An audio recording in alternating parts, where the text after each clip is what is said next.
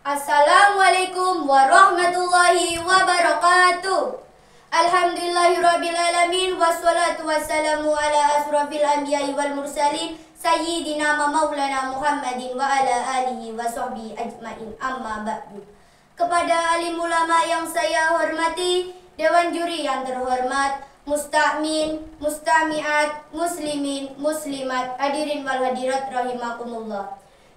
Puji syukur kita sampaikan kepada Allah Subhanahu wa Ta'ala karena atas berkat rahmat hidayah serta inayahnya kita semua mendapatkan nikmat yang begitu besar, yaitu nikmat iman wal Islam.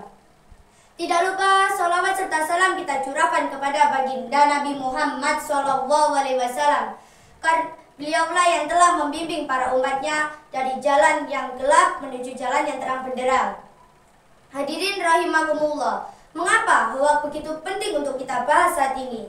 Hal ini dikarenakan hoak adalah penyakit masyarakat yang perlu kita hanguskan, yang perlu kita binasakan dari muka bumi ini jika umat ini ingin tetap maju dan bertahan di tengah gelombang fitnah akhir zaman.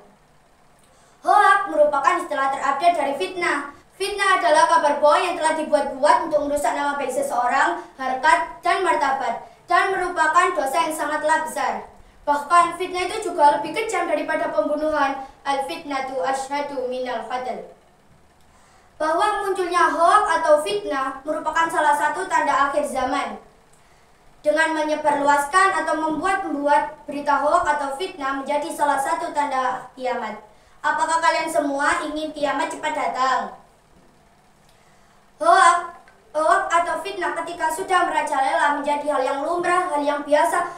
Bahkan di zaman ini kita sulit untuk menghindari ketika ia datang. Seorang muslim wajib menyikapinya dengan penyikapan yang benar dan dengan apa yang telah ditentukan oleh syariat Allah Subhanahu wa Ta'ala.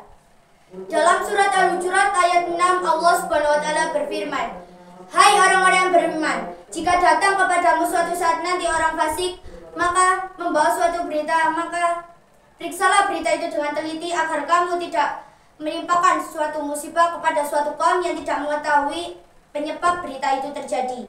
Dalam surat ini dapat disimpulkan bahwa ketika ada orang fasik datang membawa berita penting apapun jenis dan bentuknya yang bisa digunakan untuk mengambil suatu keputusan, maka periksalah berita itu dengan teliti atau klarifikasilah berita itu.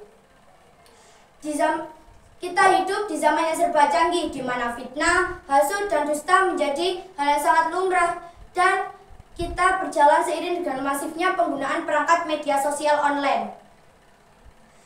Sebagai seorang muslim, kita wajib menyikapinya dengan adab-adab sebagai berikut. 1.